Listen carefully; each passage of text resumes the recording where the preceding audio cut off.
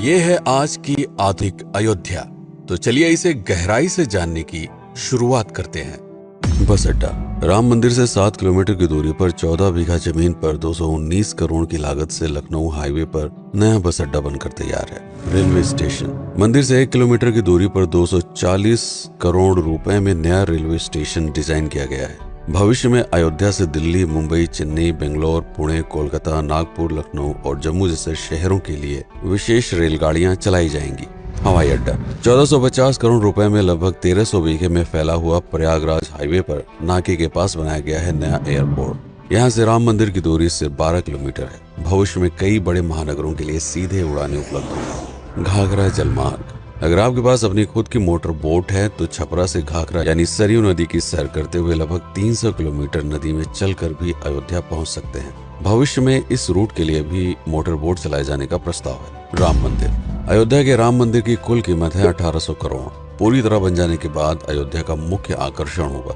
राजस्थान के मशहूर मकराना के पत्थरों से आकार लेते इस मंदिर की अनुमानित उम्र होगी लगभग 1000 साल। 22 जनवरी को पहली मंजिल का उद्घाटन होगा, जिसमें राम की बाल्यावस्था की मूर्ति रखी जाएगी। बाकी की 2 मंजिलों का कार्य चलता रहेगा। खजुराहो के मंदिरों की नागर शैली के आधार पर इसे तराशा जा रहा है। मंदिर का कुल क्षेत्रफल 156 एकड़ या 251 बीघा है।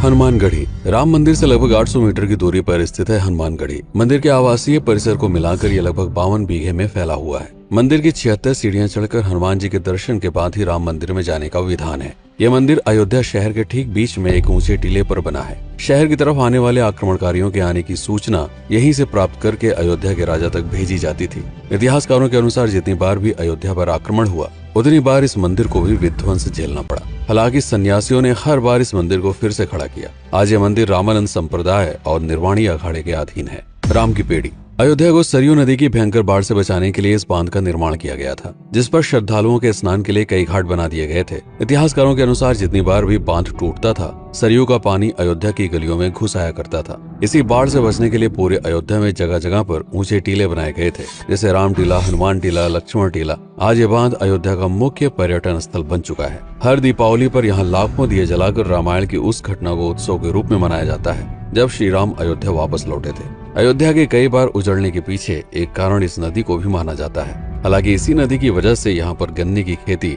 बड़े स्तर पर की जाती है।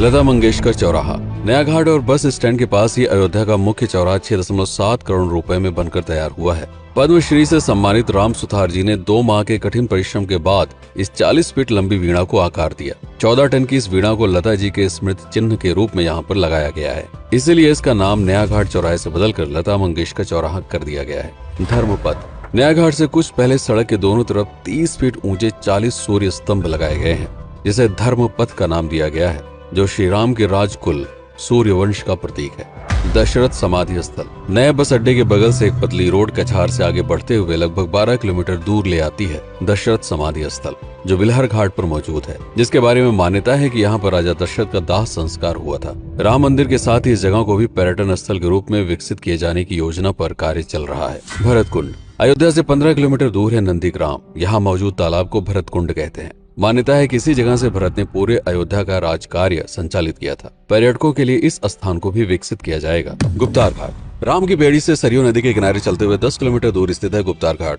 ये कैंट एरिया में पड़ता है। इस जगह को श्री राम के जल समाधि के रूप में महत्व दिया जाता है। इसके अलावा अयोध्या नगर में हर गली में कई विशेष मंदिर हैं, जिनकी अपनी मान्यताएं हैं, कथाएं हैं, विशेषताएं हैं। पूरी तरह से विकसित हो जाने के बाद नई अयोध्या को पूरी तरह से जानने के लिए, इसका आनंद लेने के लिए कम से कम 3 दिनों तक यहाँ रुकने की आवश्यकता है। देश विदेश से ज्यादातर पर्यटक भारत आते हैं उत्तर प्रदेश में आगरे का ताजमहल देखने और प्राचीन नगर काशी और सारनाथ घूमने। प्रश्न ये है कि अयोध्या घूमने और श्री राम का मंदिर देखने के लिए भला विदेशी क्यों आएंगे?